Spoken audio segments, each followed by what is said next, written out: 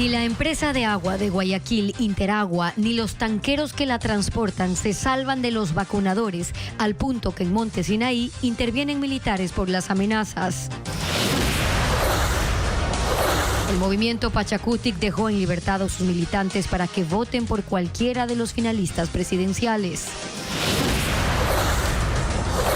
La Fiscalía acusó de terrorismo a los 10 detenidos del atentado con carro bomba en Quito.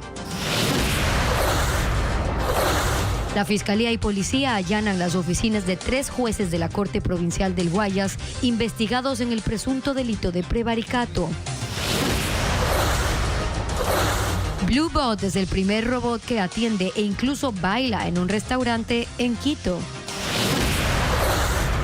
¿Qué tal, amigos? Comenzamos Televistazo informando que fue militarizada la toma de agua de Interagua, que está en el noroeste de Guayaquil. ¿Qué tal, Gaby?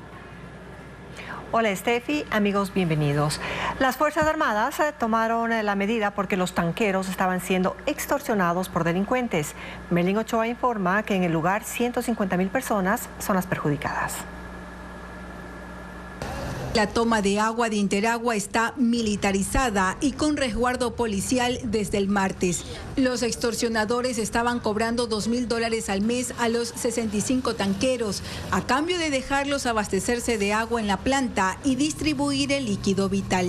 Estamos realizando control de armas, municiones y explosivos al frente de la toma de agua para evitar que sean extorsionados los tanqueros de este sector.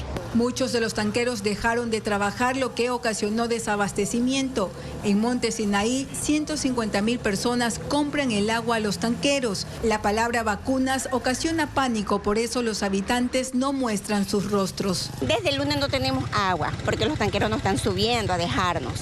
Y nos perjudicamos porque este es el único medio que nosotros tenemos, porque todavía no tenemos el alcantarillado. Ecoavisa conoció que los extorsionadores también intentaron vacunar a Interagua. De hecho, el domingo, un guardia de seguridad de la institución fue asesinado, presuntamente por estos delincuentes. La policía dice que los tiene identificados. Uno de ellos fue detenido. Ecoavisa está a la espera de una versión de Interagua. La planta de agua está habilitada, pero los tanqueros solo llegan hasta donde tienen resguardo policial.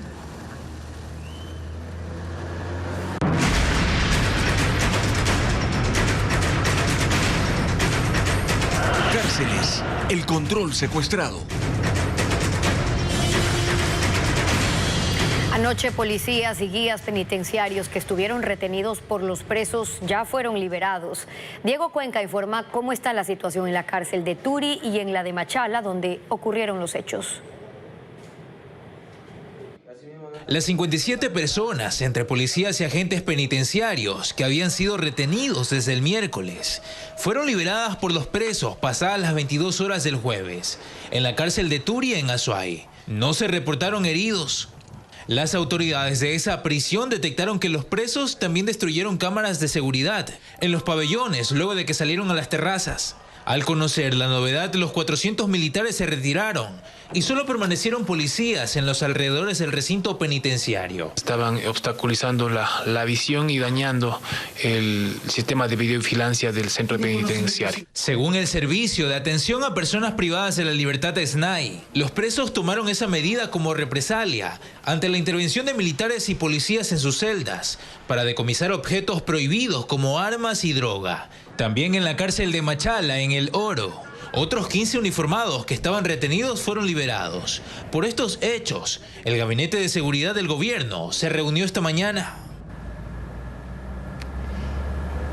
La infraestructura del Centro de Adolescentes Infractores Virgilio Guerrero está en ruinas. 24 horas después del incendio provocado por los reclusos, aún hay amenazas de fuego. El informe con Hernán Higuera.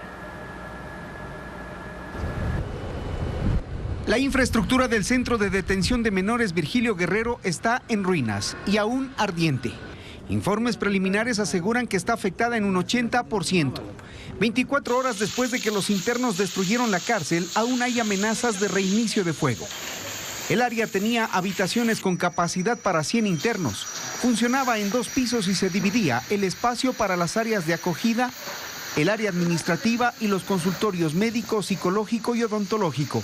El edificio tenía unos 70 años, pero hace 25 empezó a funcionar como la correccional de menores.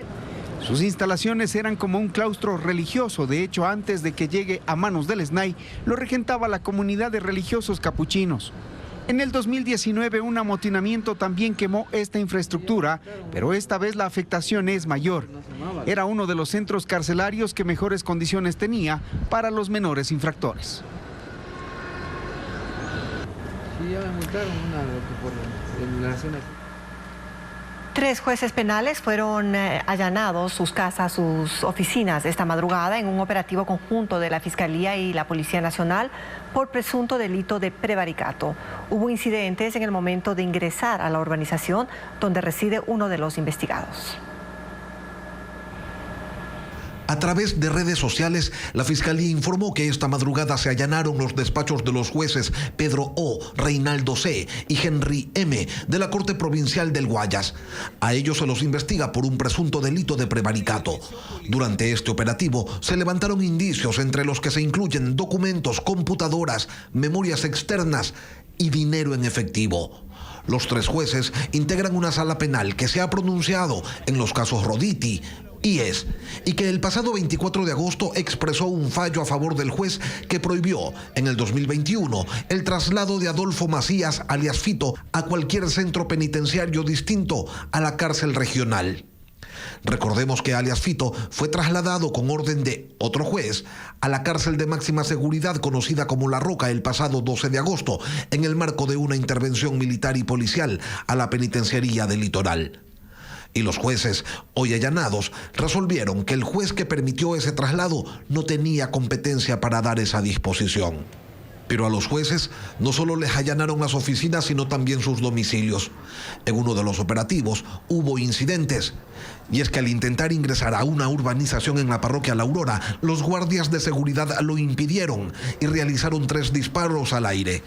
Los moradores de la urbanización justificaron la acción de sus guardias. La policía detuvo a los guardias y los llevó hasta la unidad de flagrancia por obstruir la labor de la fuerza pública. La titular de la Corte Provincial de Justicia, Fabiola Gallardo, se pronunció sobre la investigación iniciada a sus 3 colegas. Los jueces no tienen ninguna orden de prisión y tampoco tienen una orden de detención. Tampoco existe alguna decisión por parte del Consejo de la Judicatura para que los jueces sean sancionados. Al menos en este momento no existe ninguna orden de esa naturaleza. Por lo tanto, los jueces continúan laborando normalmente en sus despachos. La Fiscalía no ha dado más detalles sobre el operativo y la investigación en esta etapa es reservada. El alcalde de Nueva York, Eric Adams, lideró una manifestación en Manhattan para exigir al gobierno de Estados Unidos más fondos para atender la llegada de migrantes, así como permisos de trabajo. Los detalles con Iliana Suárez. El alcalde de la ciudad de Nueva York, Eric Adams, encabezó una manifestación en Manhattan el jueves, donde una vez más pidió al gobierno federal que responda adecuadamente a la crisis migratoria. La solución a este problema no puede ser decir llévenlos a la ciudad de Nueva York e ignoremos que es un problema nacional. Esto es lo que le estamos diciendo a nuestros líderes, que es obligatorio que este gobierno responda a esta lucha. Adams dijo que desde abril del año pasado más de 100,000 solicitantes de asilo han llegado a Nueva York y aunque la voluntad de la ciudad es ayudarlos, los recursos no son ilimitados. Organizaciones a favor de los migrantes, sindicatos, solicitantes de asilo y otros funcionarios se unieron a esta convocatoria. También hubo quienes se pronunciaron en contra del presidente Joe Biden, exigiendo el cierre de la frontera y acusaron al alcalde de destruir el presupuesto de Nueva York. La gobernadora del estado, Kathy Hochul, sostuvo una reunión en la Casa Blanca el miércoles con funcionarios del gobierno y señaló que el Departamento de Seguridad Nacional se comprometió a enviar más recursos a Nueva York para ayudar con esta crisis. El Papa Francisco inició una visita oficial y apostólica a Mongolia, país de mayoría budista de Asia Oriental. La nación tiene 3.2 millones de habitantes, pero solo hay 1.400 católicos. El viaje ocurre cuando se cumplen 30 años de relaciones entre Mongolia y el Vaticano. El Papa busca ampliar el diálogo interreligioso y por eso tendrá un encuentro con representantes del sintoísmo, el budismo, el islam, judaísmo, hinduismo y otras confesiones. A los actos del Papa se unirán también católicos chinos y rusos, dada la cercanía geográfica, pues Mongolia se encuentra entre esos dos países. Europol condujo un nuevo operativo contra el tráfico de drogas que involucra al cártel de los Balcanes. 2.7 toneladas de cocaína fueron incautadas en una operación centrada en Serbia y en España por una investigación que abarca además a otros 6 países. Nos informa ahora Pedro Jiménez. La operación, liderada por Serbia, involucró a autoridades policiales de Brasil, Croacia, Francia, Polonia, Portugal, Eslovenia y España. Y fue el equipo de asalto del Grupo Especial de Operaciones de la Policía Española el que interceptó en aguas internacionales, cerca de Islas Canarias, un narcovelero en el que 2.7 toneladas de cocaína eran llevadas en 89 bolsos deportivos. Había dispositivos de geolocalización y dinero en efectivo. La droga fue incautada, 2 tripulantes fueron detenidos en ese momento y luego el líder de la organización, así como otros 3 integrantes de la banda en Serbia. La investigación comenzó el año pasado cuando autoridades de Eslovaquia alertaron que una organización criminal de ese país preparaba una operación de transporte de cocaína por vía marítima. El velero fue identificado en Brasil en junio y un mes después zarpó con rumbo a Europa, donde ha sido detenido. Se efectuaron también 15 allanamientos en varias ciudades y la incautación de 550.000 euros en efectivo, dinero de una organización que integra el llamado Cartel de los Balcanes, el mayor importador de cocaína desde Sudamérica en países de la Unión Europea.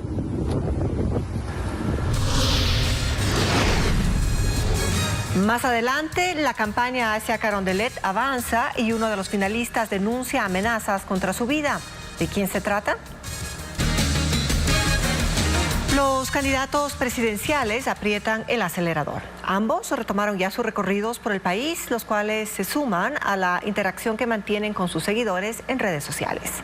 Hoy, además, la candidata de la Revolución Ciudadana denunció amenazas contra su vida.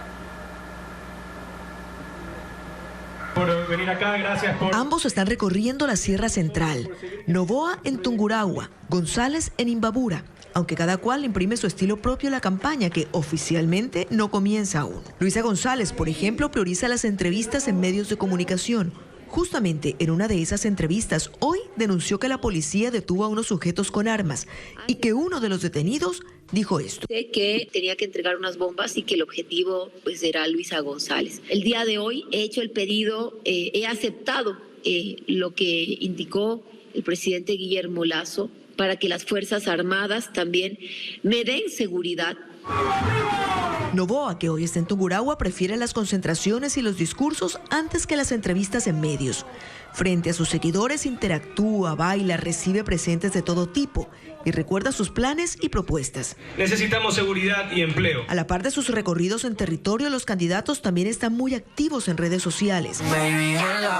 Daniel Novoa publicó un video en el que solo se lo ve a él en distintos momentos de la campaña y otro más, en el que más serio habla de su plan de empleo. Que empleen talento y mano de obra nacional.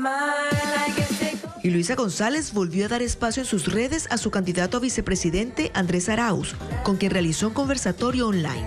Miren esta vista con la que me he levantado hoy. También mostró los paisajes de la provincia que está recorriendo, Imbabura, y la interacción con sus simpatizantes. En México, severas inundaciones se registraron la tarde de este jueves en Guadalajara, Zapotlán y Jalisco. Las intensas lluvias generaron caos vial, pues algunos vehículos quedaron sumergidos bajo el agua. Otros fueron arrastrados por la corriente. Los bomberos tuvieron que rescatar a 10 conductores atrapados dentro de autos. En Estados Unidos, la primera medicina sin receta médica para revertir la sobredosis de opioides estaría disponible en farmacias y tiendas la semana que viene. El acceso al fármaco Naloxone, conocido como Narcan, costará $44.99 por caja. Hay una presentación en pastillas y la otra es un aerosol nasal. Sale a la venta como una alternativa ante la gran crisis de muertes por opioides que mata a 200 personas por día en Estados Unidos. Y un día como hoy, en 1985, una investigación de la Armada estadounidense para buscar submarinos nucleares hundidos halló los restos del Titanic, el famoso transatlántico que naufragó en 1912. Desde entonces han sido múltiples las expediciones que se han hecho a la zona, algunas con fatales consecuencias, como el caso del sumergible Titán que implosionó en junio. Es por eso que el gobierno de Estados Unidos ha presentado una moción para detener una expedición planificada para el próximo año que busca recuperar artículos del barco. Los restos del Titanic se encuentran en el norte del Océano Atlántico a unos 3.800 metros de profundidad. Una veeduría revisará las decisiones que tomó el Consejo de Participación de Transición dirigido por Julio César Trujillo, entre ellas la designación de los magistrados de la Corte Constitucional. Jacqueline Rodas nos cuenta los detalles. Las decisiones del Consejo de Participación Ciudadana de Transición que dirigió Julio César Trujillo van a revisión. Así lo decidió un juez de Montecristi, que aceptó una acción de protección presentada por una ciudadana de Manabí de nombre Betty Moreira Marcillo. En concreto, ordena al actual Consejo que financie y conforme una veeduría para evaluar la designación de los jueces de la Corte Constitucional y el cese de autoridades que se dio entre 2018 y 2019 por mandato de la consulta popular. El presidente del organismo, Allen Berbera, dijo que enseguida atenderá la disposición. Hoy no está clara la intención de la veeduría, pero en un primer pedido presentado por la misma persona ante el Consejo de Participación anterior, expresó de forma explícita su deseo de que se destituya a los magistrados de la Corte Constitucional y se nombre a otros. Entonces, se negó su pretensión aclarando que las decisiones del transitorio están blindadas por un dictamen constitucional. Para Allen Berbera, la veeduría no viola esa prohibición. No atañe a la ciudadanía.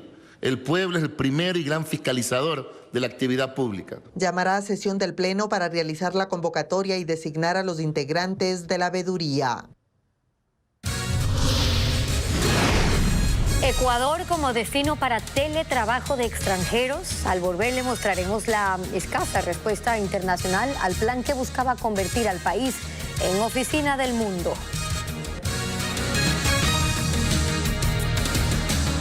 Pachacutic decidió dejar en libertad a sus adherentes para que decidan entre los dos candidatos a la segunda vuelta presidencial. Mientras que la Ecuarunari, la organización más grande que es parte de la CONAIE, se inclinó por el voto nulo. Patricio Díaz nos informa. El Consejo Político de Pachacutic se reunió el jueves para analizar la situación del movimiento y la decisión de si apoyaban en la segunda vuelta presidencial a Daniel Noboa o Luisa González. Participaron los representantes de las 4 provincias, además de delegados por el exterior, pero no se inclinaron por ninguna de las opciones. Tomen el voto responsable y dejamos en la libertad a los adherentes y a los simpatizantes. Aunque Pachacutic es el brazo político del movimiento indígena, la CONAIE recién tomará una decisión el 6 de septiembre. Sin embargo, sus organizaciones adscritas van tomando posturas. Por ejemplo, la Ecuarunari, la más grande, que reúne 22 organizaciones y pueblos de la sierra, tomó una decisión también este jueves en su consejo ampliado. Aquí vinieron desde los pueblos, desde las federaciones, ellos con el clamor y prácticamente dijeron el voto va a ser nulo. Entonces, lamentablemente no representan al verdadero clamor de los ecuatorianos, ¿no? Desde la Ecuarunari tampoco reconocen la decisión de Pachacutic en medio de la división del movimiento y la disputa por la coordinación de la organización política. Sin embargo, ambos coinciden en que hay que prepararse para 2025 y ver más allá de los 5 asambleístas que obtuvieron en las elecciones de este año. Hablan de que para eso ya tendrán unidad. En 2021, para la segunda vuelta presidencial entre Guillermo Lasso y Andrés Arauz, tanto Pachacutic como el Consejo Político de la CONAIE promovieron el voto nulo, aunque el entonces presidente de la organización indígena, Jaime Vargas, apoyó a Arauz. El Consejo Nacional Electoral proclamó anoche los resultados oficiales para presidente y vicepresidente de la República en los comicios anticipados del pasado 20 de agosto. De esta manera, Luisa González obtuvo 3.315.663 votos, que equivalen al 34%. Mientras que Daniel Noboa alcanzó 2.315.296 votos, es decir, el 23%. Ambos candidatos pasaron a la segunda vuelta, que se prevé realizar el 15 de octubre. El organismo también presentó las cifras oficiales de la consulta popular sobre la explotación del bloque 43 en el Yasuní. Aquí ganó el sí con el 59%, es decir, con 5.541.585 votos, mientras que el no solo logró 3.859.507 votos, es decir, un 41%. Jueces de flagrancia ordenaron la prisión preventiva de los 10 detenidos por la explosión de los 2 coches bomba en Quito. La Fiscalía les acusó de terrorismo. 4 tienen antecedentes penales y estaban libres con medidas sustitutivas a la prisión. Paul Romero con el informe. Anoche un juez de flagrancia acogió el pedido de la Fiscalía y ordenó la prisión preventiva para 6 procesados por la explosión del coche bomba que estalló la noche del miércoles en el sector de la Mariscal en Quito. La Fiscalía les acusó de terrorismo. El Código Penal sanciona este delito con pena privativa de libertad de 10 a 13 años. Los implicados fueron detenidos por la policía 2 horas después de la detonación del vehículo en los exteriores del antiguo edificio del Servicio de Protección a Personas Privadas de Libertad, SNAI. 4 de los 6 procesados registran antecedentes penales. Carlos Che, 34 años, 7 detenciones por robo, asesinato, tráfico de armas. Cristian B., 29 años, 2 detenciones por tráfico de droga y asociación ilícita. Hugo E., 31 años, 2 detenciones por robo. Luis M., 29 años, 1 detención por robo. Los implicados estaban libres desde hace 2 meses porque un juez de la Unidad Judicial Penal de Quito les otorgó medidas sustitutivas a la prisión, según información del Ministerio del Interior. Los otros 2 procesados no registran antecedentes penales. Esta mañana otro juez de flagrancia también ordenó la prisión preventiva para los otros 4 detenidos por la explosión del segundo coche bomba la madrugada del jueves en un edificio del SNAI. También fueron acusados por la Fiscalía por el delito de terrorismo. Y hubo alerta en 2 provincias del país por la amenaza de ataques con explosivos. En Napo, las clases presenciales se suspendieron en 3 cantones tras la detención de 4 personas con tacos de dinamita. Mientras que en El Oro, hombres detonaron 2 artefactos en un puente en Machala. A continuación, el resumen de estos hechos violentos.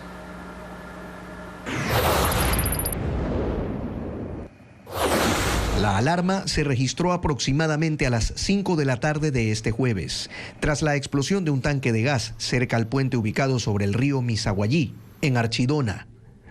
Luego de la detonación, la policía recibió la alerta de presuntos atentados en 2 puentes de la parroquia Puerto Napo, en Tena, que conectan al oriente con la sierra y por donde circulan 5.000 vehículos a diario. A 500 metros de ese lugar, los uniformados interceptaron un taxi con 4 ocupantes, quienes transportaban cerca de 30 tacos de dinamita con mechas, por lo que se cerró el acceso vehicular en la troncal amazónica, provocando que se forme una larga fila de carros. Debido a estos hechos, el Comité de Seguridad Provincial se activó y resolvió suspender las clases para los 30.000 estudiantes de los cantones Tena, Archidona y Arosemena-Tola. Después de las investigaciones en los puentes, se habilitó la circulación. Esta madrugada en la provincia de El Oro, las autoridades recibieron la alerta de la detonación de 2 artefactos explosivos en un costado del puente de la Iberia, en el cantón El Guabo. El estallido provocó daños en el muro y causó alarma entre la población. Se conoció que técnicos de obras públicas evaluarán las afectaciones. En este caso, no hay detenidos. En la parroquia Vuelta Larga del Cantón Esmeraldas, 8 presuntos integrantes de la banda delictiva Los Lobos fueron capturados cuando iban a bordo de un carro reportado como robado en Quito. En el vehículo había armas y 142 municiones de fusiles. La policía indicó que uno de los sospechosos ocupa el cargo de vocal de la parroquia y que durante su aprehensión actuaba como presidente encargado. Ante eso, la titular del gobierno parroquial indicó que ella tuvo que viajar y por eso le reemplazaba. Y el show de títeres de la Embajada de la Alegría estará el fin de semana en Guayaquil. Además, una muestra de arte urbano se inaugura hoy en el Centro Cultural Benjamín Carrión en Quito. Estefanía Arias resume estas actividades culturales.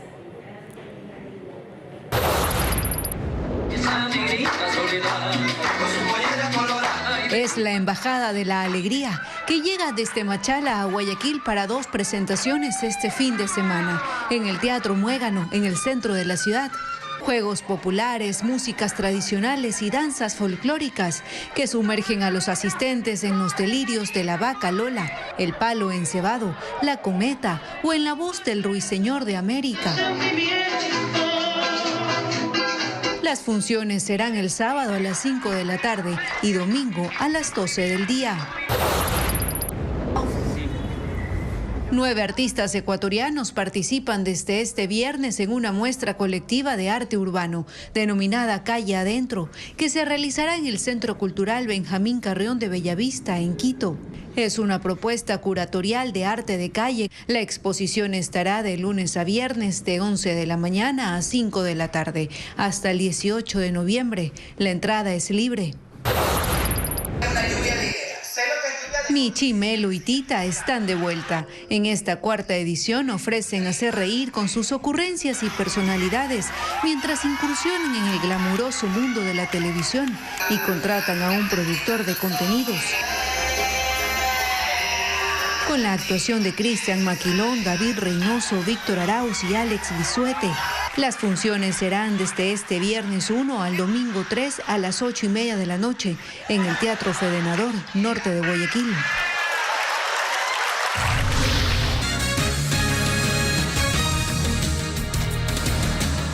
El primer robot mesero del país está en Quito, fue importado desde China. La función de este artefacto, según los emprendedores, es entretener. Sofía Vintimilla nos informa.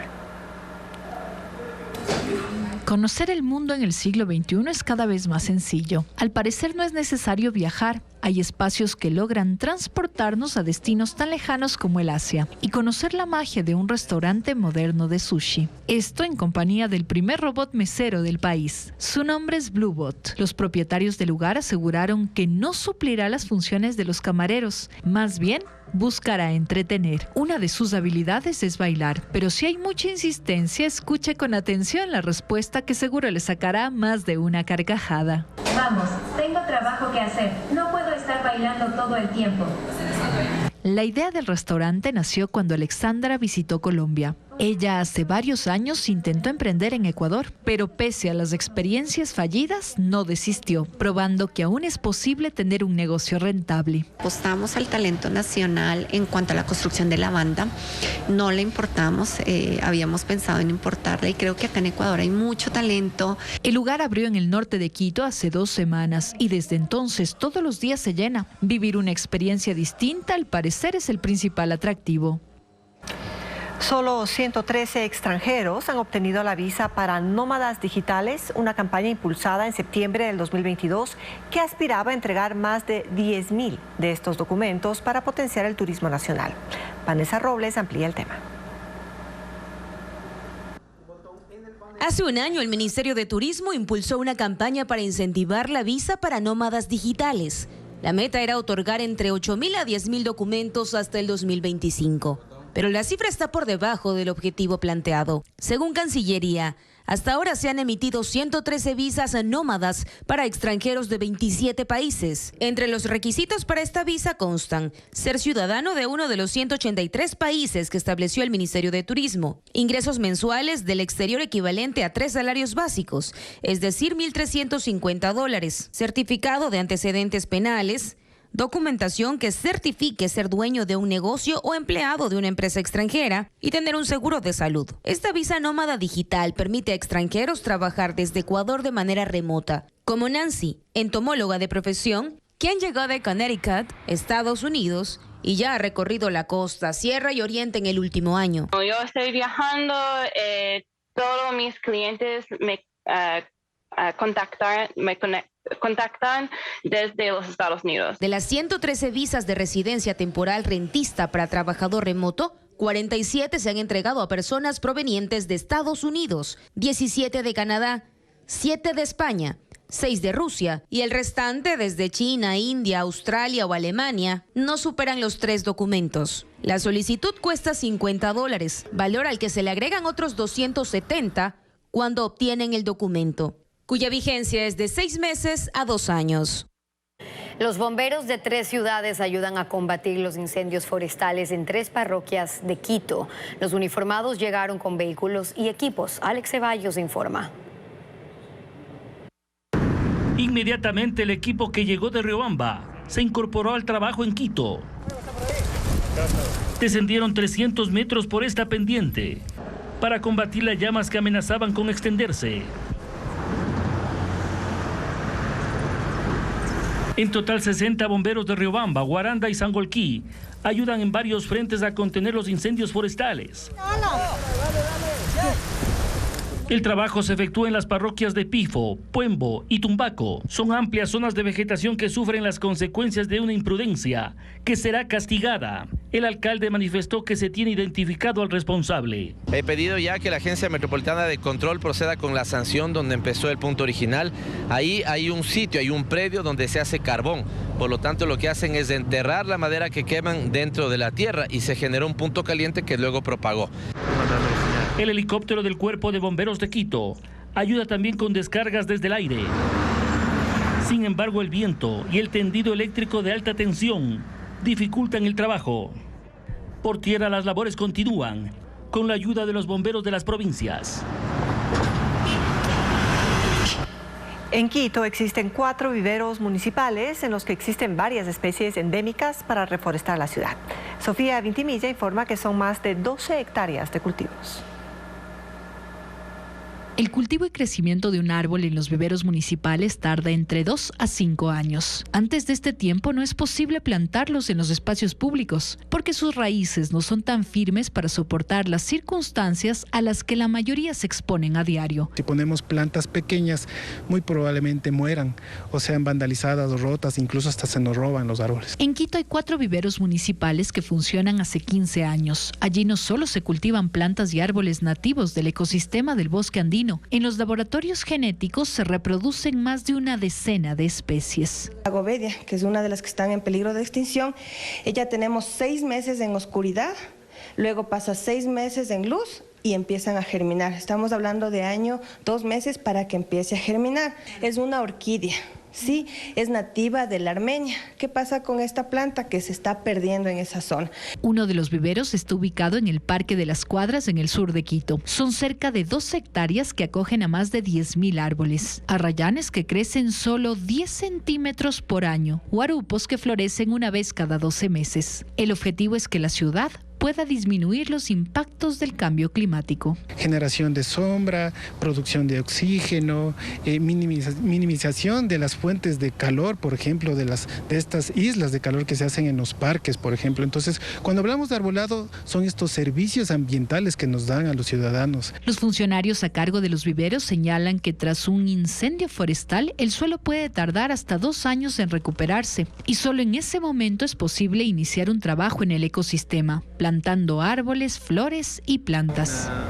Aves, Y hoy en el segmento Ecuaterra les contamos que en la provincia de Cotopaxi la comunidad del Quilotoa ha hecho desde hace 13 años un trabajo exhaustivo de conservación y esto les permitió reforestar hasta ahora el 90% de la zona. Carla Delgado fue hasta el lugar, nos tiene los detalles y lo vemos ahora.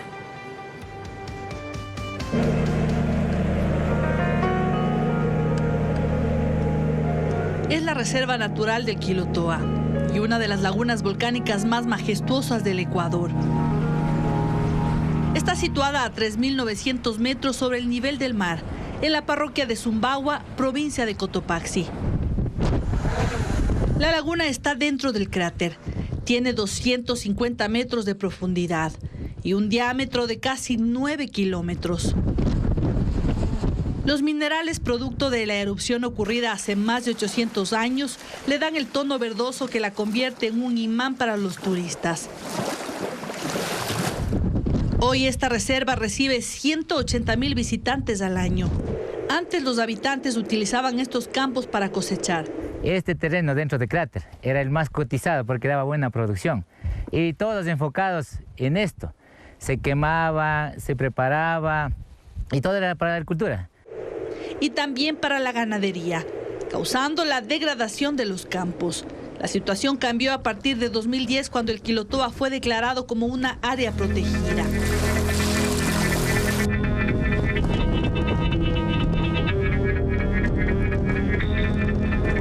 La conciencia ambiental nació porque notaron que las plantas nativas como el sunfo, la achicoria y los pajonales desaparecían. Y de a poco llegaba la sequía.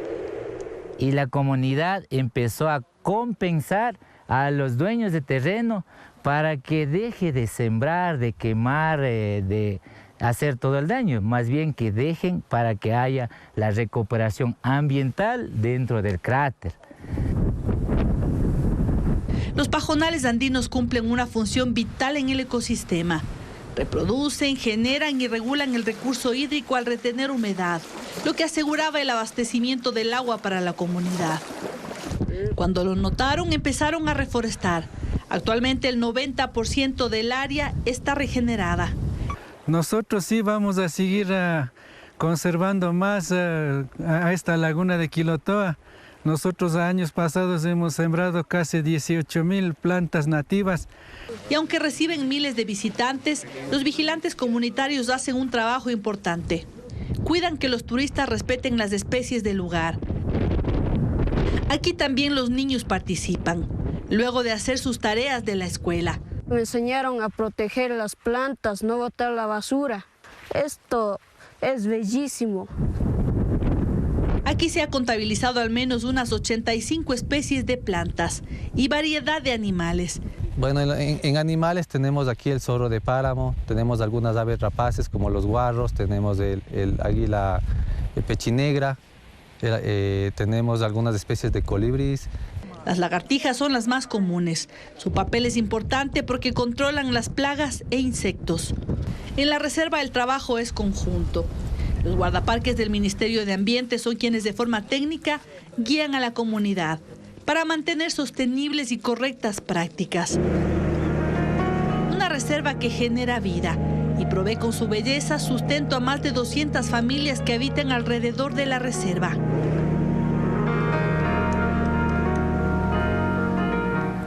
Ecuador fue elegido como el mejor destino para hacer avistamiento de ballenas en Sudamérica. 36 embarcaciones en 4 provincias de la costa ofrecen a los turistas esta aventura que activa también a hoteles y restaurantes. Santa Elena, Manabí, Esmeraldas y El Oro son provincias costeras que aprovechan para atraer turistas con el avistamiento de ballenas, atractivo que seguirá presente hasta mediados de octubre. Este 2023, Ecuador recibió el reconocimiento como el mejor destino para hacer avistamiento de ballenas en Sudamérica, en los World Travel Awards, que son el mejor galardón en servicios de turismo a nivel internacional. Sorprendente, muy agradable, vale la pena, sobre todo las ballenas, los peces, todo lo que vimos. Y el reconocimiento no es en vano. Hay 36 embarcaciones en el país que se dedican a esta actividad. 5 en Santa Elena, en el Cantón Salinas, 5 en la Reserva Marina Isla Santa Clara del Oro, 7 en Esmeraldas, en las playas de Súa, Muisne, Esmeraldas y Atacames. Finalmente las otras 19 en Puerto López, Manabí. Es un tour que tú sales a las 10:30 de la mañana, se hace la observación de ballena, luego te vas a los diferentes islotes a hacer un poquito de snorkel. Los recorridos además permiten visitar reservas marinas, arrecifes, hacer avistamiento de aves, lobos marinos, toda una biodiversidad con un valor desde 15 a $45. Hasta octubre, Dios mediante, pensamos tener unos 120.000 que hagan la actividad de observación de ballenas. Esta dinamización de turistas activa todo. En Puerto López, 80 hoteles, hostales y hosterías reciben visitantes de julio a octubre de diferentes países, sobre todo de Europa. Nosotros tenemos muchos clientes que van y regresan, que ya llaman como en su casa, en tal fecha voy. 30 cabañas y 10 restaurantes también se activan. Saben qué platos son los que más piden los turistas extranjeros, pero también nacionales, sobre todo de Quito, Guayaquil y Cuenca, e invierten en mantener una buena imagen en sus negocios. Siempre estamos innovando nuevos platos, nuevos sabores, igual en lo que es la coctelería. Los representantes del gremio turístico siguen esperando a los visitantes para que observen las acrobacias de las ballenas jorobadas en Ecuador.